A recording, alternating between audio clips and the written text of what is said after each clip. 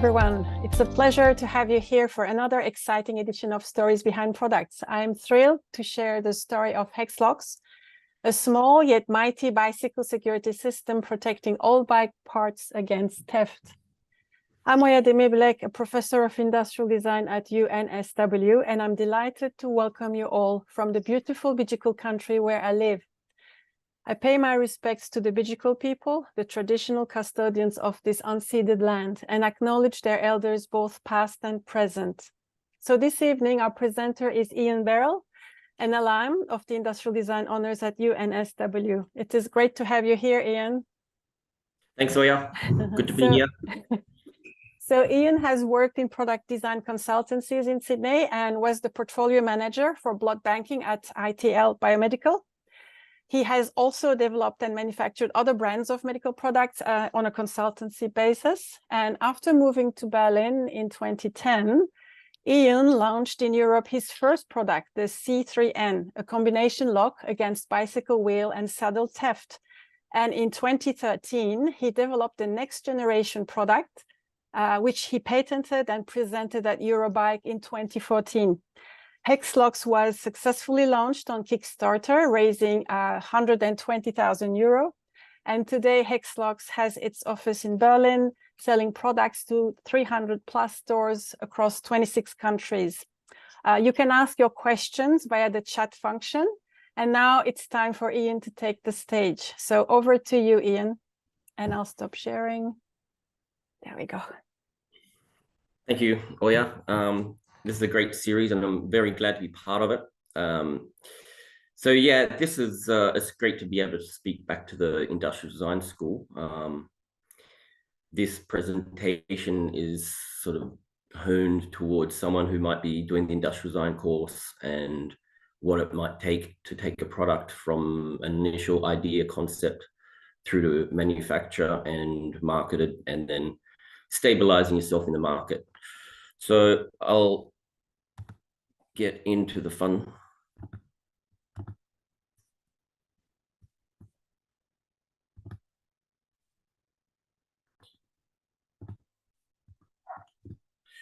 So back in 2011, I found a need for wheels and saddles to be protected against theft. At the moment, at that time, there's a lot of larger companies who secure bike frames with D-locks and chain locks. It's quite a saturated market. However, there was only one solution that stopped wheel and saddle theft. It was a great product. It's called Pitlock. They forged away in the market. It's interesting that sometimes a competitor is a good thing, because a lot of the questions, the core questions that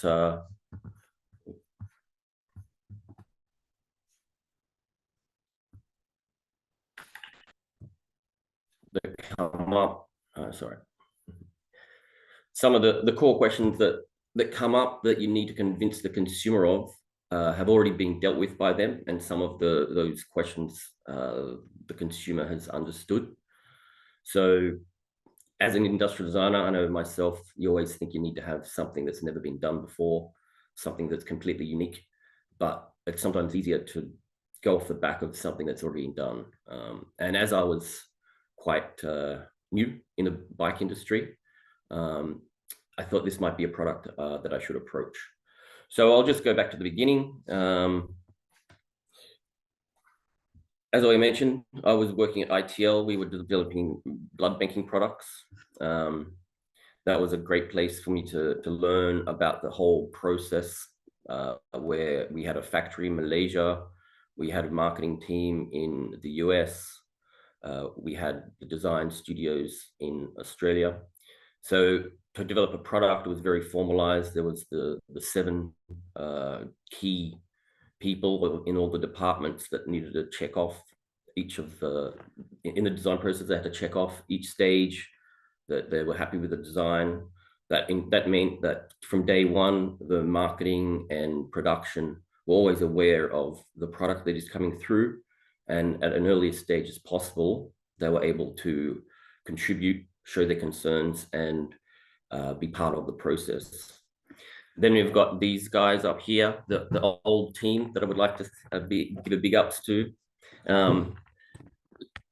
There they are, JT, Lance, Rena, Oya. It was just a great course. Everything that you need to know in the whole process was they made you aware of it, essentially, as best you can in a 4-year degree. So all of the steps that it does take to go from the original concept through to the marketing of the product, I think it was just amazing, the course at UNSW and how they provide that foundation so that things like this would be possible. So the first idea that I had was to secure the saddle and the wheels through a combination lock. The idea being that if you go into a bike shop and you want to have a frame lock,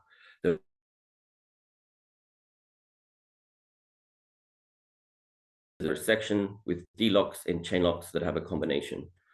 It's just a personal preference. So some people go in one direction, some go in another. The competition that I had, they were using a key very similar to a mag wheel or a car wheel. It's like a strange, odd shaped nut with an appropriate key or wrench. So this product was it was theoretically great. It was well received. I was working very closely to many shops. My time at ITL, we were mainly business to business. So I figured that they know their customers, and if you can satisfy their concerns, in turn, they will satisfy the customers. So yeah, well, it was developed. I flew to China for 3 months and made it somehow. It was very difficult. There's a lot of parts. The combination lock, it turns. So there's 3 cylinders. I decided to put letters on them because of password fatigue. People could then put their initials also. Yeah, after 3 years of selling this product, it was clear that there were many limitations, namely the size. I think it was somewhat unreasonable because the competition was as big or bigger, but the fact that it was so large and it protruded from the bike was just a negative. This is the same time where minimalism was really kicking in the bike industry. So cables were being hidden, brakes were being minimized. There was just this movement towards a clean design.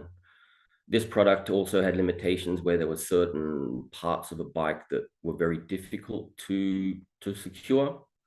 There was also the limitations where you would need to remove a bolt from the bike, replace it with a bolt that was could accommodate this system. In the end, it was market research, I suppose, coming from the medical industry and knowing how that works, to moving into the bike industry. I suppose I would have been super lucky if I had have nailed it first off, but that's fine. I was happy for those 3 and 4 years of experience in running around with this product and selling it to shops and listening to feedback and getting to know more and more people in the industry. I started to understand the industry much more and start to hone in on what might be a better solution. At the same time, there was interest in this product by some of the larger lock manufacturers, and I had offers. Originally, they said that this is a niche, and then at this time, 3 and 4 years later, after first producing this, it became a segment, and all the larger players started to have a product that was in here. So it seemed clear that this segment was legitimate, and that if the product was on point, the sales would come. So here's a Hexlox. This is the most dramatic photo I could find to indicate the size. The idea is, as you can see can you see my cursor?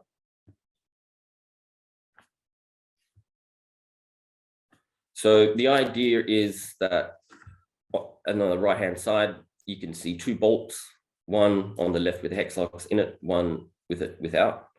The idea is you've got a classical Allen key, the 6-sided Allen key.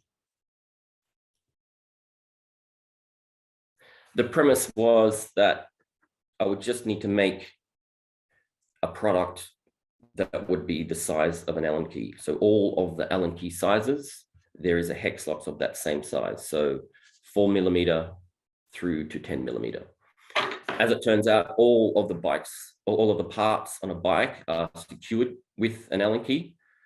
There are exceptions that we'll get to, but essentially this allowed you to secure your saddle against theft, for example, by using 2 Hexlox on the key, and the total weight was less than 2 grams. And this is the first thing that every single cyclist asks about a product. The weight is one of the most important things. So that was, I think, the key, the fact that the customer would not have to worry about sizes. The shop also would not need to remove bolts. If you do take a bike into a shop and they do need to touch a bolt, they could be liable. So the idea was that they could install this product in 3 seconds with 0 liability. And that was a thing that they really liked. There was the sale of it was quite easy. The customer could quite easily understand how it works. It just goes into the bolt. So yeah, some of the other premises behind the whole notion behind the Hexlox was I did want to choose an environmentally friendly product. At ITL, we were doing medical products, so it was quite easy to justify any waste or any of the efforts because it was saving lives or allowing people to be more healthy. And in the same way, I think that the Hexlox does this. I saw a stat in the beginning how there's a major percentage, like 70 to 80% of the carbon emissions from cars come from that 10 kilometers from home. So the idea is to have a look at that and how it can be reduced. And personally, I hate riding a bad bike. When you get on a beautiful bike, you can just feel it. You want to ride it. You want to jump on that bike. You want to ride it. So I thought that maybe if people could actually have a nice bike, they would ride it. And if you go to the shop, there's some amazing bikes at the moment, up to 5,000 euros. You can buy a saddle for 180 euros. There's a favorite that's made of leather, a Brooks saddle. It's 120 to 160. But you can't have those. You can't have that on your commuter bike because, for example, in London, the Brooks saddle, Friday afternoons, they'll get stolen and they take them to the flea markets and sell them on Saturday morning, and they can get 50, 60 pounds. The same started happening in Berlin about 2 years after that. And the existing systems, the pit lock system aside, that's a high-end system, but the entry-level systems where they had a bolt that did not have an Allen key, but have a 5-sided Allen key, were being used and they were effective. However, the thieves had progressed and that was no longer effective. So this product is sort of high level of security and there's already low level of security. So it was in different cities and different countries as the thieves learn how to liquidate a bike. What they usually do is steal a bike, and instead of sell a bike, that's a little bit more dangerous because it's got a serial number and it could be more easily identified. So they strip the bike, remove all the parts, and sell the parts individually. Also, there is piranhaing of a bike. where you have a bike that's sitting on the street, you've ridden it to work, someone says, oh, I like that front wheel, or oh, that's a nice saddle, and they'll steal the wheel or the saddle.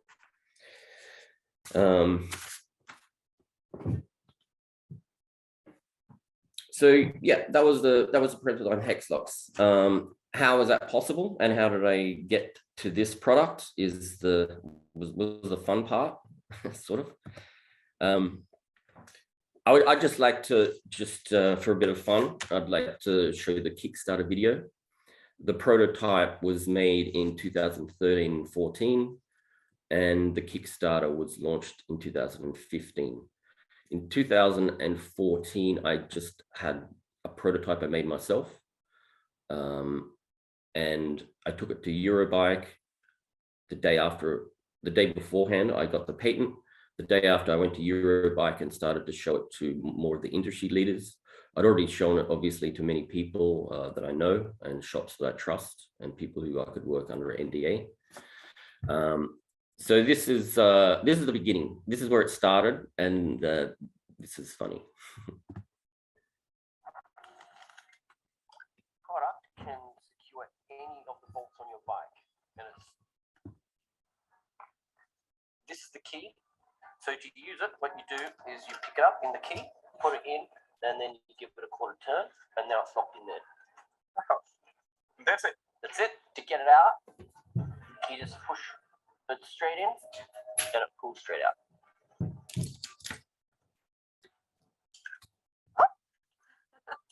So then you can only take it out with using this key. Yes. So if someone else has a Hexlox, they can't open yours. It's really cool. Yeah, really. When developing Hexlox, I drew my last 5 years of experience in developing bike security products. The moment of truth for me was when we realized that we don't need to design another security bolt or screw. The bolts and screws are already there on your bike. We just need to make sure no one can open them. That's Hexlox. To hold the Hexlox inside the bolt head was easy, but how to get it out while not allowing anyone else to? Oh, it's magnetic, is it? Oh. But if it's magnetic, how can I not just take it out with a magnet? I'll give you this magnet here.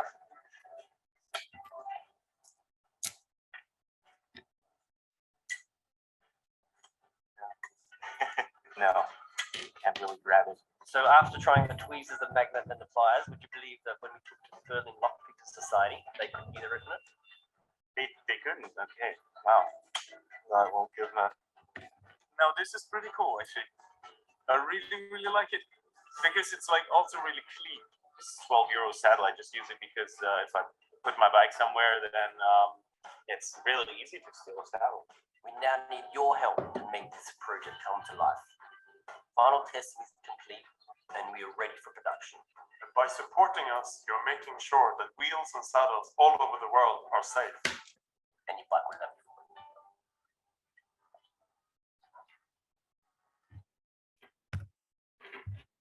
So that was the campaign.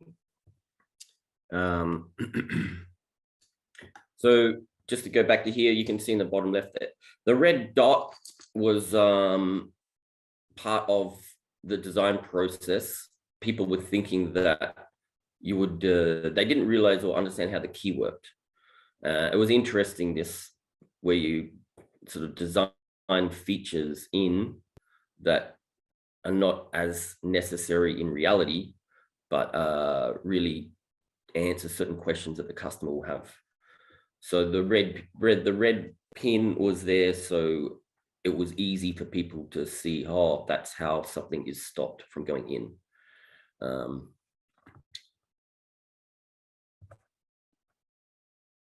So how it works is, here are actually the first 3 prototypes that I made in my lathe. There, it's it took months. As you can see with the Kickstarter, I had just made 3 prototypes, got together some people that they were actually genuine people that I just asked, and for less than 3,000 was able to put together that Kickstarter campaign, and that was the launch of the Hexlox. I think that's one thing I want to talk about a little bit in this is the genius of Kickstarter, and it probably wouldn't be possible for me without that. There's this, when they released the first product, there's this sort of setting back of the customer and waiting to see how this goes. Is it going to work? They say, I'll see, and I'll talk to you in 1 year. And it's like, well, I've got this new product, so in 1 year, I don't know if you'll be able to speak to me. The Kickstarter, it's a complete different mentality where they're on your team. You start to feed them information and they start to give you feedback. You respond to the feedback and you hear all the questions that they're going to ask. You hear their concerns. You hear additional interesting good ideas.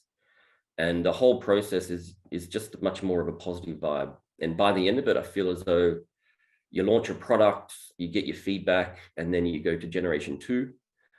In actual fact, the Hexlox have not changed since that day, because the product that we launched at, I was already able to get that feedback, incorporate it into the design, and release the product as effectively a revision 2. So that was it was just amazing. We got 120,000 euros. The whole process as to how to run a Kickstarter, I might not speak too much about that. I did want to, but things have changed. I'm 10 years ago, so 7 years ago, sorry. So it's slightly changed, but essentially it's for an industrial designer with an idea, it's the only way to go. You do these days, you do need to show a lot more back end, and you know, you need to show some more photos or film in a factory, photos and a film of the product very, very close to reality. Kickstarter used to be a little bit rock and roll. You used to be able to launch a product and there was a high failure rate. So I think the skepticism sort of grew. So I think it's good that they make it be more serious and only have products that will be a winner in the end. Essentially the Kickstarter campaign, there's a template for it almost, where on day 1 you have to have all the magazines that you've contacted, all of the media, any kind of social media, all kinds of marketing you can. You need to have them launch your story the day before the Kickstarter launch.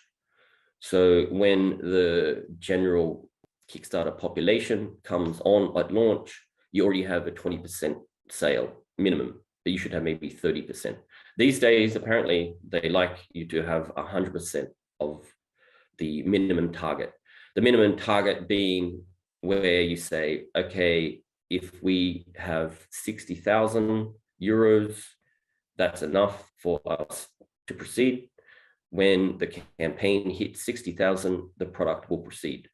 The campaign can still go for 10 days further. Usually a campaign goes for 45 days. There's a 30-day campaign also. It depends on certain criteria. Ours was 45.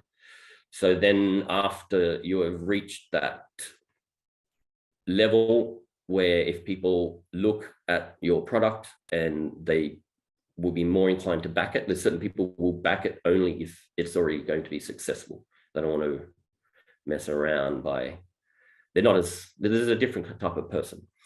But it was quite important, effectively, to have that core group of people who believed in the product.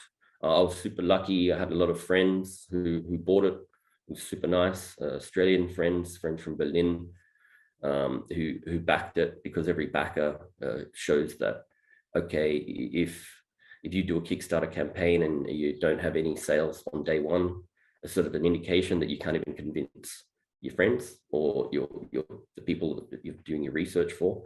So I think the Kickstarter is absolutely genius.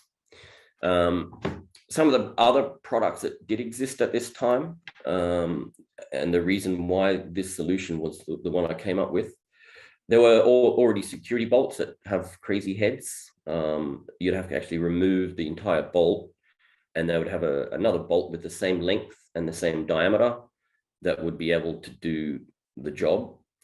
But again, the stock levels was also an issue with this direction. A shop don't really want to have 100 SKUs. So the idea was to reduce the amount of SKUs that a shop has to have. Reduce stock levels means less cash sitting there, not doing anything. So they really like that. The key was the key, I suppose. It's so small, and I always had to think about a 60-year-old person or someone with not perfect dexterity. It's theoretically impossible to have something so small that you don't need to be dexterous. So that was the challenge. Given, obviously, it's not a classical key. A classical key also would not work because there's not the space in there. The smallest Hexlox is 4 millimeters wide. So yeah, that's where my time at ITL doing medical products was a help, because there were these lure connections, which is a round tapered connection, and it would join one hose to some capital equipment, for example, a dialysis machine. So that was in the back of my mind, but it didn't really come out until later. So I knew that this was the solution. So I just stuck a piece of rectangular cut-off rod into an Allen key bolt, and the idea was how to get it out. So I was there for months working how to get it out. So once I was changing my chuck key and realized that my chuck was being held, the chuck that was holding my drill bit was being held by a Morse taper. And there it was. That was the answer. Just a tapered. So basically the key is stainless steel, and the end of it is tapered about 2 degrees. And inside of the Hexlox, there's also a hole of the same diameter with also the exact 2-degree taper. And magically, when you push these together, you get this amazing bond. This bond is strong enough so that if you drop the key, the Hexlox will not bounce off. There were concerns at first. Some people would never buy it because they say, hey, it's too small, I'll lose that. So it was important that the Hexlox is actually never not on the key or in a bolt. So what you see there is exactly what I shouldn't be doing, is showing you the Hexlox out of position, but just to show scale. Yeah, and I was able to find a drill bit that had a taper, and then I drilled this tapered hole into the hex rod, and I was able to line up a cutting tool and start making keys. So just try to get the angle so it's the same as the drill bit. It took forever. And then also it has to have a hole in the middle of it where the red pin has clearance. So yeah, that was essentially how I came up with that design. And I had my lathe in the cellar of a bike shop, and I'd run up every week or a few days with a new prototype, and the bike shop owner loved picking locks. So he'd even grind special tools and have all different ways that he'd worked out how to open it, and I'd fail and I'd go back and try again and try again. And eventually I had him. He did go back and spend a few more hours, and of course, like any lock, I had to come to the realization that there's no lock that's impenetrable. Even a Trezor or a safe in a big bank, or there's any lock is openable. So yeah, it was a bit strange going to market knowing that there's that, but relatively compared to the other competition, it was more secure. And when I would go to certain shops, they didn't know how they would open it. There's also the whole get a bigger hammer principle, where if you want a safer lock at the moment for your bike frame, like the D-lock, what you do is make it bigger and bigger and bigger, because you're going up against angle grinder, hacksaw. They freeze it. They have a freeze spray and then they crack it. The idea was to look at the tools that the thieves are using and go in a whole new direction. So there's no thief running around with any tools near capable of opening it. The Kickstarter also revealed a lot of people asking about the rust and will it come out? Will it rust in? Valid question. The best thing about this project was the size. I could use gold almost, and the material quantity is like less than a gram. So I used stainless steel 316P, which sounded super impressive when you said, yeah, it's medical grade stainless steel. It cannot rust. That was a big thing. There is a bolt can rust. So if a Hexlox is inside a bolt, rust is possible, but that rust is coming from the bolt and it's only a surface rust. If you follow our instructions when you install it, you can avoid this. Essentially, the Hexlox is covered in grease or a lubricant, and then if you add some lubricant to your bolt, it can sit there for years and still come out. If it does get stuck in there, the key, when you really push it in and turn, you can get an amazing bond, like more than 5 kilograms. So in a worst case scenario, you can ramp up that force and remove the Hexlox.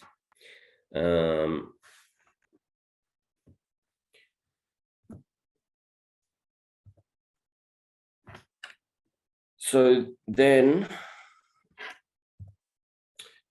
the other necessity was that when people do choose to secure their components, they want to have one system. And some people want to secure their pedal. Some people want to secure strange types of wheels. So it was very important to have a full range of products at launch. So the products you see here, they were developed in the Kickstarter. The idea being that I wanted to say the Hexlox can secure any part on any bike. I wanted to go to a bike shop and say, if you have these Hexlox in the sizes 4, 5, 6, 7, 4, 5, 6, 8, 10, and this hardware, you can secure any part on any bike. So the product on the left is where you have wheels that have a quick release. A quick release is what they use in the Tour de France. It's just a lever. You undo a lever and the wheel can come off. Obviously, that's not Hexlox compatible. So I found an axle manufacturer, just a standard axle from Taiwan, from a very trusted source, and then just created a conical head so that pliers were not able to open it. Here's one I tested. It's extremely destroyed. So there was also, in this product, I had a little groove on the bottom. That groove where the wheel sits into the frame, it's called a dropout, and there's a little slot where the axle goes through. This little tooth would sit in that dropout to add to it not being able to be turned by pliers. Therefore, a thief cannot come with pliers and remove the wheel. The next one is the nut. sometimes a wheel can be secured by a normal nut. Obviously, that's not Hexlox compatible. So that's where I had to develop a nut product. A little bit of drama occurred during that in the final testing of that product before it was taken to market. This was the product. This is the original prototype that I made. So this is the tooth that sits in the dropout, and then it was a shroud for the nut. So the nut would sit inside, and then there's an Allen key bolt there that would be tightened, and then a Hexlox would go in there. It looked great. The nuts have different threads. There's mainly three different threads that cover 95% of the market. But it would be great to remove 3 SKUs and just have one nut security product. There's also, when people were making the purchase, they would not be sure what nut type they had or the thread type they had on their nut. So it was really important to try to negate that and make the ordering process much easier for the customers. Unfortunately, when this product was tested on an aluminium frame with a very long set of pliers, it actually bent and broke the frame. So that was a shock. It was quite dramatic. But it turned out that, okay, let's look at it in a different way. We are going to have these threads, unfortunately, and just try to. That was a disappointment, honestly. That would have been nice, and you have one nut product.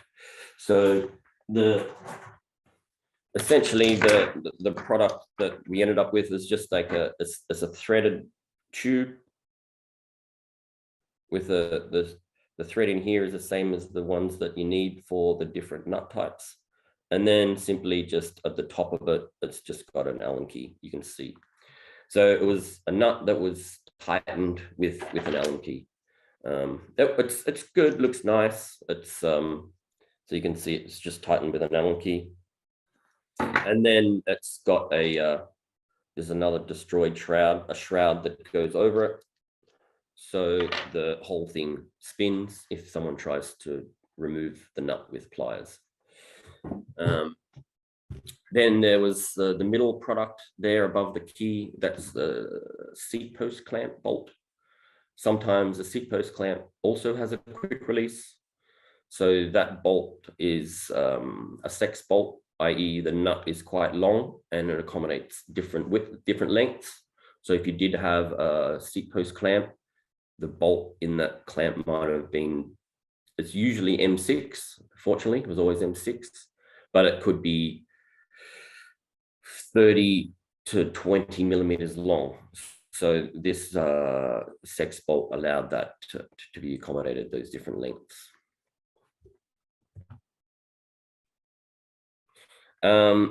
Just to show that, I've paid a lot of money and effort to make these videos, so I'll let them do the talking. My pair who does these videos, he's amazing. He does a better job than me. So just to reiterate these extra components, I'll just play this video. There's a problem. Anyone equipped with a normal Allen key or hex wrench can loosen the bolts on your bike and steal your bike parts. That's where Hexlox comes into the picture. This is a Hexlox, and this is a Hexlox key. They work together to secure virtually any parts of your bike against theft. The Hexlox is mechanically coated with your Hexlox key, offering proven, real-life security against bike part theft. Simply insert the Hexlox into your existing bolt using your specially coded Hexlox key. This will effectively block anyone from inserting a hex wrench or Allen key and steal your parts. Hexlox can secure your front wheel, your rear wheel, your seat post, your seat, your stem, your handlebar, your pedals, and virtually anything else that is fastened with a hex bolt. What if you have a seat post clamp with a quick release? That's easy. Just swap it out for our proprietary seat post bolt. With the Hexlox system, you can easily secure your wheels, no matter how they are fastened to your bike. If you have quick release skewers, simply swap them out with the Hexlox security skewers. If you have wheel nuts, just replace them with our hex nuts. If you have through axles, exchange them with the Hexlox universal through axle. Hexlox can secure any type of wheel, no matter what type of system you're using. As you can see, Hexlox can provide total security against theft for your bike. So yeah, that better illustrates that issue we had with compatibility and just creating the hardware effectively that would accommodate Hexlox in the different use cases. So there is always change. The biggest change in the market, our biggest selling product was the quick release product. As disc brakes became more popular on bicycles, which is a common theme where motorbike technology is trickling down into the bike industry. So these disc wheels, they require more alignment, better alignment, because the pads are sitting very close. So when you do have a wheel that has disc brakes, generally you would need to use a through axle. The through axle is essentially screwed in to the frame. It's just a big dumb bolt that is screwed directly into the frame. They say that this also increases the stiffness of the bike. It's probably true. I've never done the testing myself. But this fashion is just taking off, and I identified that our new best-selling product will be this bike. Will be this product. As with the ongoing theme, there were different sizes, 32 to be exact. So there was a general through axle might look like this. It's just got a thread, it's got a length, and it's just tightened with an Allen key. But they're always aluminium, and the head is sometimes protruding in a way where you could loosen them with pliers. So on a trip back to Australia one time to hang out with some of my design genius mates, I came up with this idea how to have one axle that would fit every bike. So that's 32 sizes in one. When I say one, I'll sort of clarify that. So the idea is when the bike frame is manufactured, they use different thread types. So when you screw the through axle in, this thread changes depending on the manufacturer's preferences. Between, sometimes it's 1 millimeter, the pitch is sometimes M12 by 1, or M12 by 1.5, or M12 by 1.75. Also, the length is always different. Some of the frames might have a thicker dropout, so the axle needs to be a bit longer. If you have a steel frame bike, the material is much thinner, so the axle is going to be shorter. So the idea was to have, as you can see in the left top corner, you've got a packet, and it's got the main part, and it's got two threaded end parts. These threaded end parts have different threads. This one's an M12 by 1, and then the other end is M12 by 1.5. The idea is, say for example, this is the correct thread. The idea is you put the two parts together.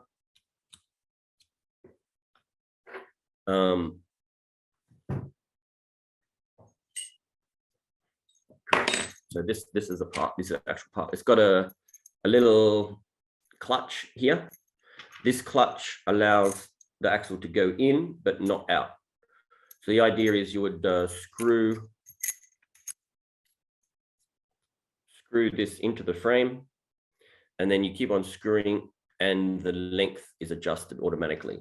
So the idea is a shop could have that one product and it will fit all rear wheels. But prior to that, the shops were not really able to stock Thru Axles because there were so many, they couldn't be expected to hold 32 different SKUs. So this was a product that was mainly for B2B. At the time of the Kickstarter, I was thinking that the market would have been 90–80% online, given the fact that the product is so easy to install. The Hexlox, choosing the size is quite easy. As time progressed, it's obvious that no matter how easy it is, there was going to be always certain customers who have a relationship with their bike shop, and they will always go to the bike shop. So this was good. I learned to embrace this. I liked the in Berlin, it's called a Kiez, and you've got your Kiez Fahrradladen, or a shop that looks after the people in that area. And they have a relationship. They go there when they've got a flat tire. They go there and ask them questions. And the shop is the person who knows what's good and offers them what they need. And that was not how I thought it would be, but I like it. I embraced it, and it's something that now I think shops are almost, they've surpassed now sales from our direct to customer sales. We do sell online directly to customers. We have 250 stores worldwide where we sell the product to, but I'll get to that detail later. So yeah, the Thru Axle was the most recent product that was launched quite successfully. I think I've talked enough about it. Yeah, so there's the Eurobike. In terms of marketing, this show used to be amazing. It was every bike freak on earth seemed to come. It was in the south of Germany. We've had a stand there every year since the Kickstarter. This allows us to reach shops. There's a lot of media there. Who in the bike industry is there, and it was important to be there. So in terms of our marketing efforts, there's a lot of it is focused towards this show. At this point, most people in the industry know our brand. So the relevance of the bike show now is, in terms of ROI, is not clear. But some of these softer marketing efforts need to be respected and appreciated. But it's in a new town now, in Frankfurt. So there's new shops there. So the last 2 years, there's been different visitors. But yeah, other than that, mainly it was very important for the Hexlox to be reviewed. We found you can talk about it as much as you like, but the best response was coming from sending the product to a customer or a blogger or an opinion leader and having them review it. That was the key. I think in the bike industry, you're not going to last long if the product isn't actually working well.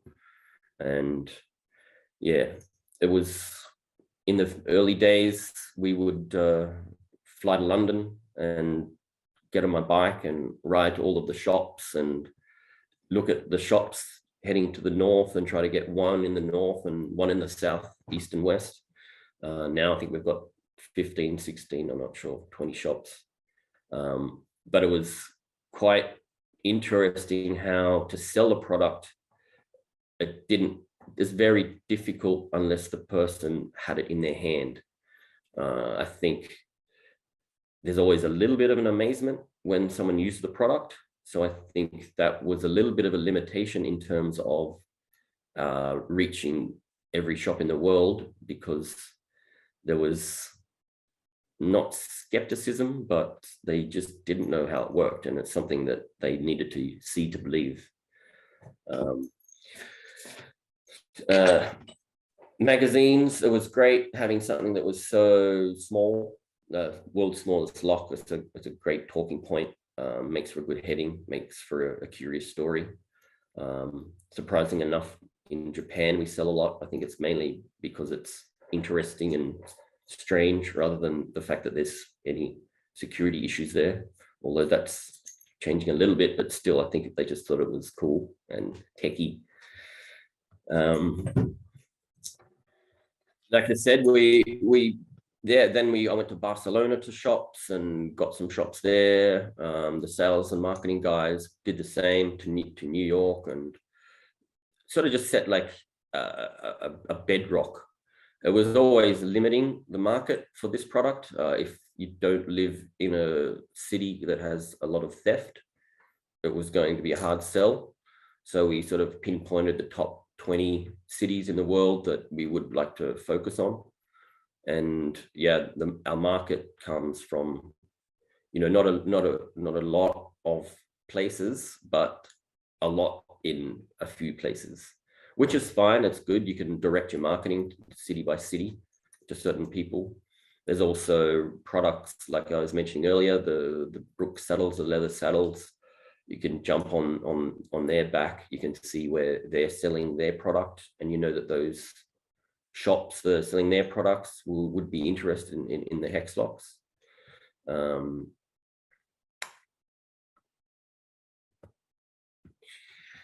So as the market and as competition came in, it was important to really identify what's our advantage. Why are we better?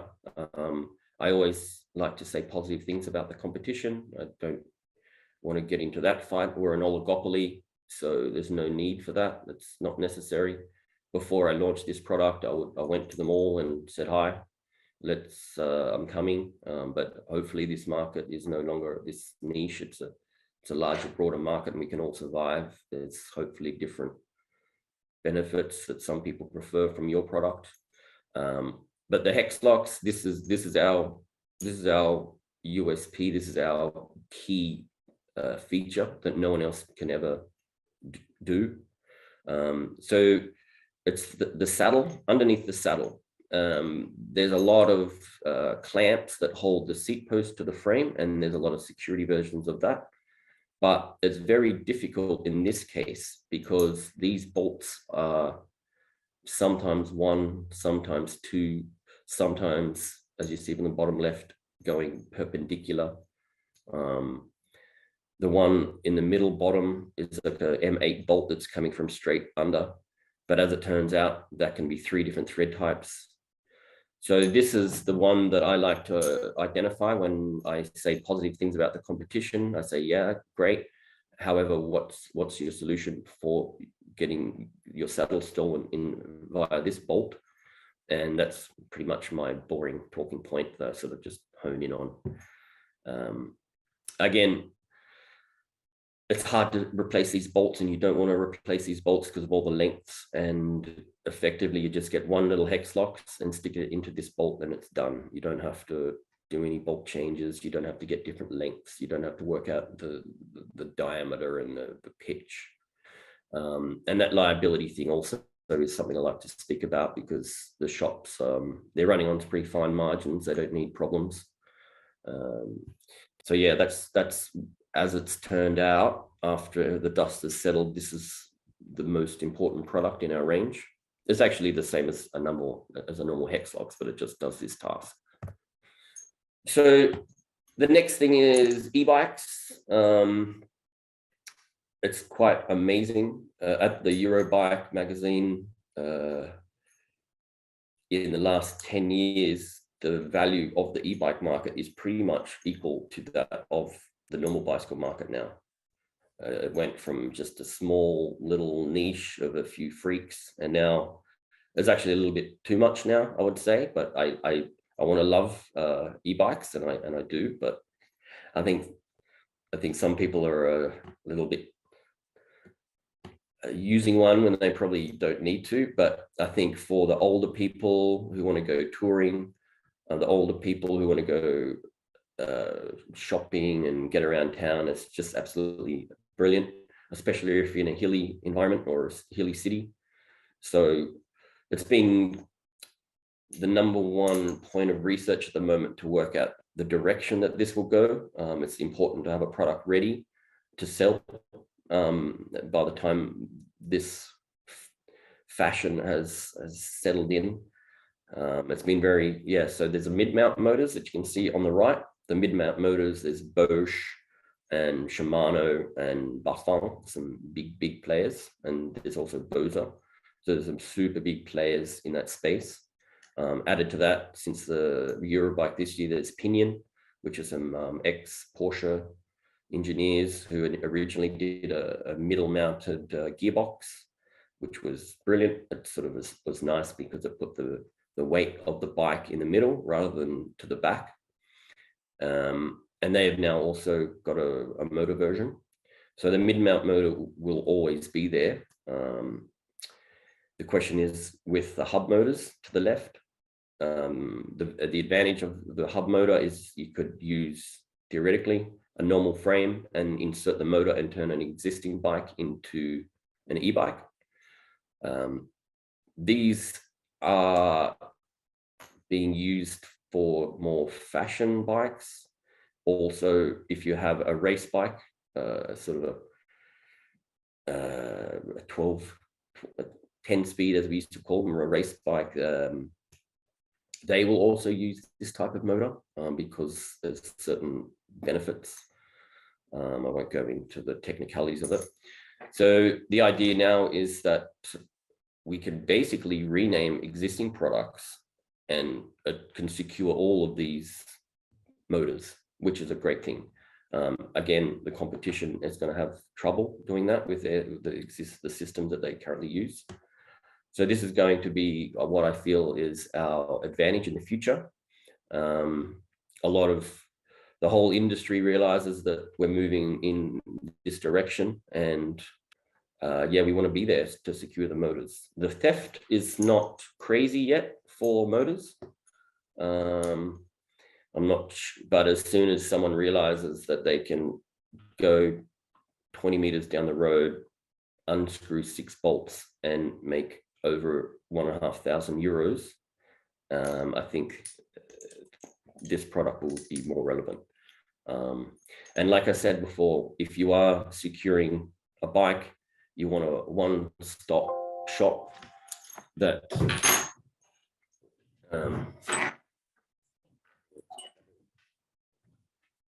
you need one system that will secure everything. So hopefully that will secure that position for us. There's also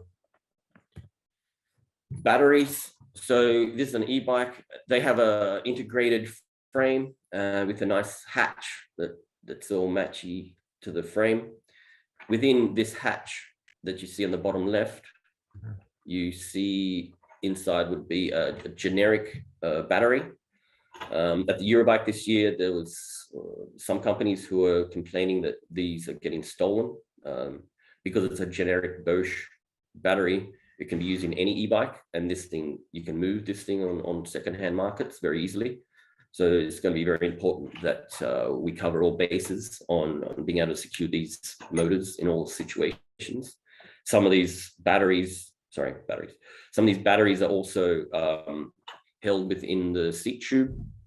So there's a few possible additional design opportunities there, but as it stands, the existing range can also help in this situation. There's also the accessories an e-bike rider will use. There's like the module where the speed is. There's also any fancy additions to a bike that you might want to add on. The idea is if you are going to have an expensive addition to your bike, there's one associate who does grips. The grips made of wood All he needed to do is specify his product, so it's tightened with a 4mm Allen key, and then we were able to help him by securing it. So that would be the ultimate, where everyone is using a 4mm Allen key at least, so that all of these parts will be, we can secure them. How are we going for time, Oya? Well, we are just on the 7:32 mark. So all right, so I'll bring it home. Yeah, so that's essentially that's Hexlox. That's our future. I'll just add one slide for fun. So these, when I'm not design, I figured to get credibility as a designer, I needed to integrate. So I started racing bikes, I started riding bikes and making bikes out of bamboo. So these are the two bikes that I made from bamboo with the help, well, mainly with a lot of help from Ozone Cyclery. They're a company in Berlin who is Enviro and make bamboo bike kits. So you can buy a kit. The bike on the right is a gravel bike. There's a kit that you use. The bike on the left is a race bike. But I race both of those bikes, and on those bikes you can see on the bottom right corner, you can see the crew, the real crew. And just to be really immersed in the bike culture has been very helpful. And to be racing, you know, if I've got a new product and I race it in these races, no one's going to worry if the product's working or not. And also at the same time, when I race my products, I have to, if I'm not feeling confident, there's something in the back of my mind, so I can always improve the product and design in a way so that I'm eventually 100% happy with it. I think that's pretty much how Hexlox began and where we are and our future. Such a great story, Ian, and it showed the power of perseverance, good market research, and believing in oneself. So I think we still have some time for questions from the audience. So please ask your questions via the chat function, and I have a few here. There's Jamie Tremor that is asking a whole set of questions. Hi, Jamie. So I'll read them. And the first one is it not difficult to start a company like this as a one-man show? So the first company was the C3N was an Australian company. The Hexlox, I got a partner, sales and marketing. It was yes. Quick answer, yes. And with all the key size, I had to really be focused on the product. So I had a business development partner who set up the basics as to how to set up a business in Germany. And yeah, then from there, you just get consultants. You get your business consultant, you get your accountant, and then follow their directions and do everything for them. But I have to say, yeah, it wouldn't have been possible without the help of my partner and the team. The team now is amazing. It's just amazing to be able to really focus on future products and on future trends and how to stay number one and go into the office. And now I think the support team are better than me now at working out people's problems and fixing them. So I really do appreciate those guys. They're now working. Yeah. So Jamie's second question is, did you do the Kickstarter campaign completely on your own?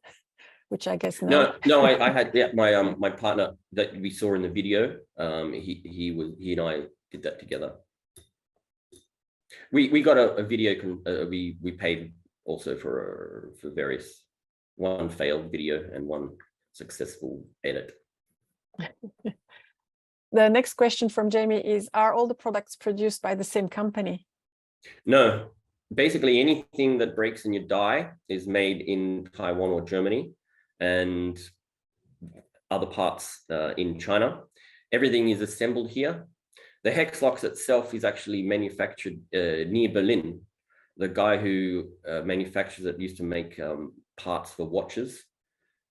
Without him, it also would have been impossible. The Hexlox is made to 0.01 tolerances, which I didn't think were possible, but he was like, yeah. Originally, I designed it in 0.03 tolerances, but he is amazing. And also to go through the design iterations to make it manufacturable, I wrote out to his workshop hundreds of times. And to control the keys also, here there's all different key sizes. So if you sent that over and had that sent over from Asia, it might get confused. So yeah, the Hexlox is made in Germany. The axles are made in Taiwan, and some sundry items from China. And these days we bring all those products in individually and do the final check and packaging here in Berlin. Okay, thanks, Ian. And next question from Jamie again. He says, how did you find the producers? Yeah, actually, the original, that was actually a difficulty, because my contacts from my previous job, ITL, that was more plastics. This was metal. So my partner also helped out there. There's websites where you put a product and just send it out to see if anyone can make it, and you come back and they come back with prices. So I then took the reins on following up some of those options and found these guys eventually. But that was important, yes. And he asks, did you take on any investors? No. No. And then the last question from Jamie is, how long will you continue with the company? Yeah, I mean, we are mainly research and development based. The sales and marketing, sorry, my screen just changed. The sales and marketing has proven that there's shops that are reordering, and we've got relationship with shops and OEMs and some large bike brands that put Hexlox on a standard. So yeah, there is in the near future the opportunity to sort of sell this range, this suite of products, and the systems that we've made, and we do have some wholesalers just to practice and work out how the system would be integrated in for wholesalers, and how to control the key sizes and how it would function. And yeah, there would be an opportunity to go to a larger company that's got the logistics and a larger base of shops that will come. Mm-hmm. Thanks, Ian. And the next question comes from Ringo Fan, and Ringo asks if you did promote the Kickstarter campaign in any way. There's online magazines, so just do a story, press release effectively, nice photos. I think we're lucky because this product was a little bit curious, so it was just a case of contacting them. It was quite amazing how they were quite accessible and quite willing to write up the story. And like I said, these days things have changed a little bit. I'm not sure if it's as easy, but at that time it was pretty easy to get 10 or so magazines to publish. Thanks, Ian. And the last question is from Brian Ling, and Brian asks, he says, it seems like there are a lot of partners in the supply chain. How do you manage your pricing strategy, etc.?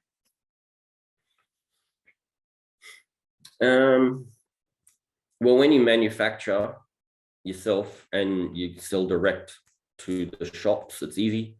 As you can imagine, when you sell direct to customers, it's super easy. Our margins are great.